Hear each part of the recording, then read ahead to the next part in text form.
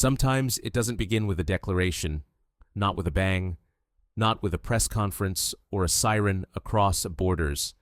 Sometimes it begins with silence, a gap, a tweet, an unsigned document, a blink in the financial system that only the most paranoid economists notice at first.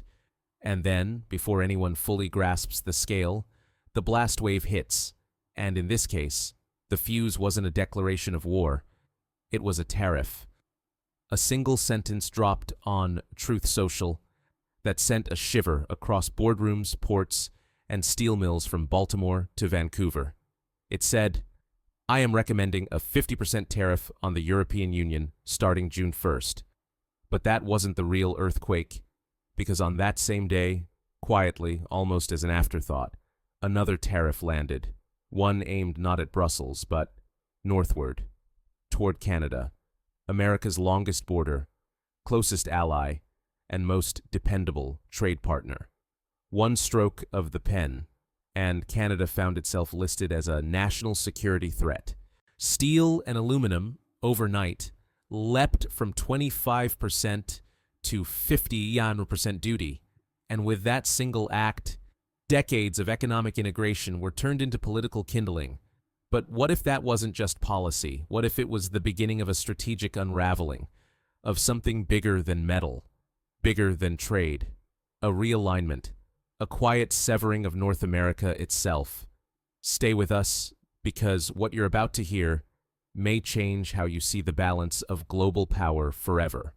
And don't forget to subscribe right now to make sure you don't miss what comes next, because this story is only getting started. So, why did Trump do it? Publicly, the rationale was defense.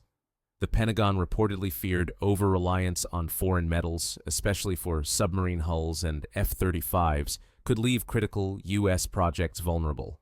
Section 232 of U.S. trade law, usually buried in legal archives, was reawakened like a Cold War specter, a metal iron curtain, as one analyst put it. But the numbers tell another story. Canada supplies nearly half of all U.S. imported aluminum, steel, over 22%, most of it from Ontario, and over 90% of Canada's total metal exports go straight to the U.S., a bilateral trade that topped $41 billion just last year. That's not a foreign dependency. That's a symbiotic economy. Or it was. Because within 72 hours of that announcement, everything changed. President Trump didn't just crank up the tariffs. He triggered a seismic chain reaction. Markets jolted, Detroit forecasts collapsed, and Ottawa struck back, hard. Prime Minister Mark Carney wasted no time.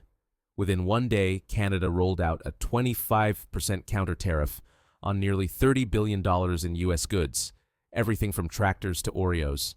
But Carney didn't stop there. He activated a clutch mechanism, a rolling 14-day tariff review that allows Canada to tighten or loosen the economic noose in real time.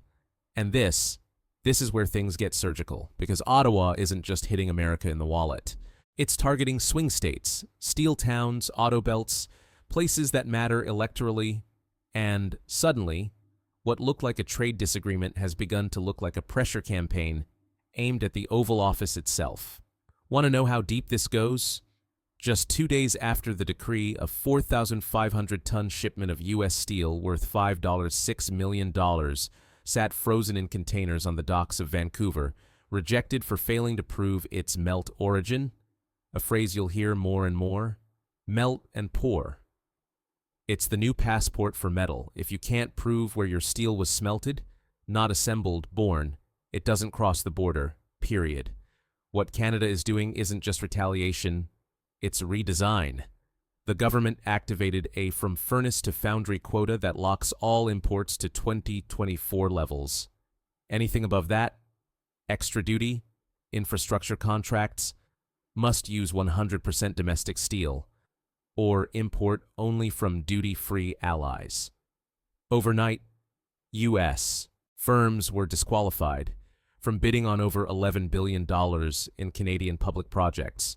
Construction, bridges, defense housing, gone. And here's where the real shift begins. Because Carney didn't just impose tariffs, He built an escape plan. It's called From Pit to Pickup, a $24 billion blueprint to mine, refine, and manufacture Canada's own green steel. And it's already underway. Electric blast furnaces are breaking ground in Hamilton. A hydrogen pipeline network is going in around Lake Ontario. Ontario is laying new rail to the nickel-rich Ring of Fire in the north. Every piece of this is designed to make Canada self-sufficient and export-ready. And investors noticed. Within 14 days, Canadian iron ore futures for 2026 jumped 8%. ArcelorMittal Dofasco, the world's largest steelmaker, began constructing a $1.88 billion DR complex to replace its 70-year-old furnace, cutting 3 million tons of CO2 per year. Meanwhile, Ford confirmed it would shift its F-150 Lightning stamping operation from the U.S. to Windsor, Ontario, just across the border. Why? Because Canada now offers a $10 billion clean industry tax credit, plus an extra $3 billion in machinery investment incentives. Companies moving their production lines north can claw back 15% of capital costs. And just like that, Detroit's Big Three are facing a choice. Stay in the U.S. and pay 50% tariffs on your steel, or move to Canada and get tax breaks, green compliance, and first access to clean metal. Make no mistake, this is not just about supply chains, this is about the future of industrial power in North America. And while Trump sells America first, Canada is building the next America just across the river. Still watching? Good, because it's about to get even more complicated. Smash that like button now if you haven't already, and subscribe, because what's coming next might decide the fate of the entire 2025 election cycle. You see, Carney's retaliation isn't just economic. It's strategic. Every 14 days, the tariff schedule updates. Every shipment is scanned. Every component verified. Canada is not playing defense. It's laying traps. And they're working. Boeing reported its fuselage costs could spike by 15% by next quarter. SpaceX filed a complaint that Starlink antenna fees are being gouged by irrational new import rules.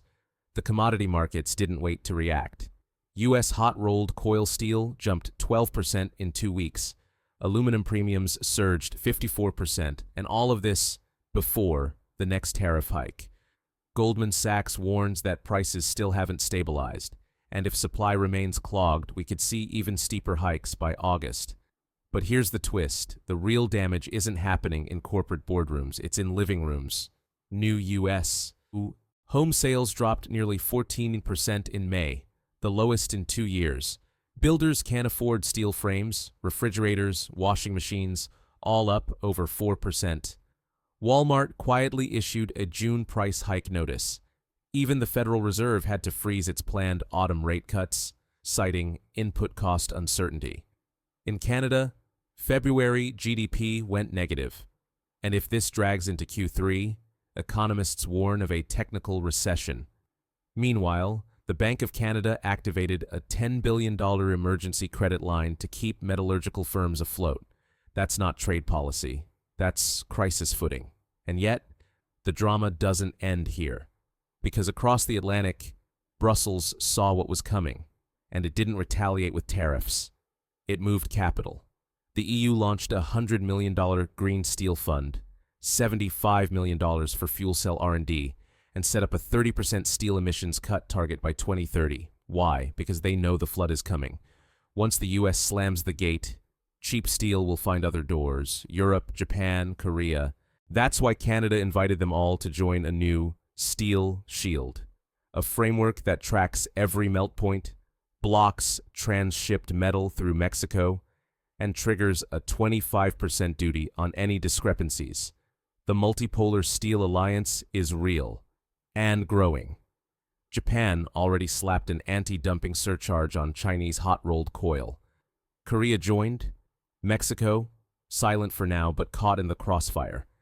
The OECD estimates steel imports into Japan and Korea are up 18% since 2019. Nobody wants to become the new backdoor, so now every metal shipment is being tracked, traced, and digitally verified. If the melt point doesn't match, it gets stuck at the dock. Just like that US shipment in Vancouver, we're not watching a trade war anymore. We're watching a global steel realignment. And at its center is a battle of ideologies. One that asks, who gets to write the next chapter of industrial leadership, America or its former allies? The U.S. Chamber of Commerce is panicking. It sent a 37-page petition to the White House, calling these blanket tariffs an attack on Americans themselves. Meanwhile, on Capitol Hill, Republican senators are begging for a quick negotiating fix before inflation catches fire in Q3. And the timing could not be worse. The 2025 election cycle is heating up. If tariffs keep pushing prices up, that burden falls on working-class voters, the very base Trump is trying to court. At this moment, two dates matter. July 16th, the first official review point, and July 30th, the end of Canada's 30-day window. If negotiations fail, Carney may jack tariffs up to 50%, matching Trump's blow for blow. But if the U.S. backs down, then for the first time in modern history, the White House rewrites its America First doctrine under foreign pressure. Either way, the industrial map of North America is being redrawn, not with diplomacy, but with rail lines, furnaces, and hard numbers, and the ripple effects will outlast any administration. The time to act is now. Whoever moves fastest, locks supply chains, builds processing, signs origin agreements, wins. What began as a single post on Truth Social has become a chess match played across 3 continents, from Ontario's hydrogen furnaces to Brussels' carbon taxes. And while media headlines chase the daily spectacle, the real story is unfolding in cargo holds, customs forms, and contract rewrites. Behind the scenes, a new steel curtain is rising, not just across borders, but across ideologies. In this game, protectionism is no longer the ace. Resilience is. And in the end, it may not be who screams loudest, but who builds longest. That wins the future. If you want to stay ahead of this, subscribe now to Deep State and smash that like button so more people can track what's really happening beneath the headlines. Because in this world of shifting alliances and economic aftershocks, the biggest hit might be the one no one sees coming.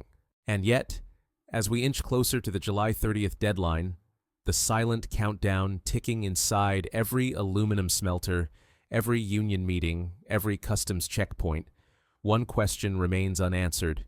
Is this economic warfare a temporary storm, or have we crossed a line that can no longer be walked back? Because somewhere between retaliatory tariffs and strategic supply chains, a deeper shift is unfolding, one that isn't measured in tons of steel but in trust, in diplomacy, in how nations define friend and foe.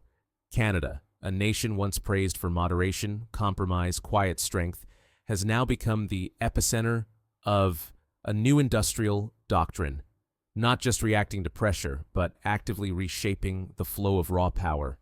And as Ottawa pours billions into infrastructure, rail, blast furnaces, and green hydrogen corridors, it isn't just building back, it's building forward. And the United States, cornered between inflationary pressure, supply chain panic, and an election calendar, now faces a choice no longer economic, but existential. Double down on tariffs and risk further isolation, or recalibrate and admit the limits of unilateral pressure. And that's where the intrigue begins, because insiders from both Washington and Ottawa hint at back-channel talks.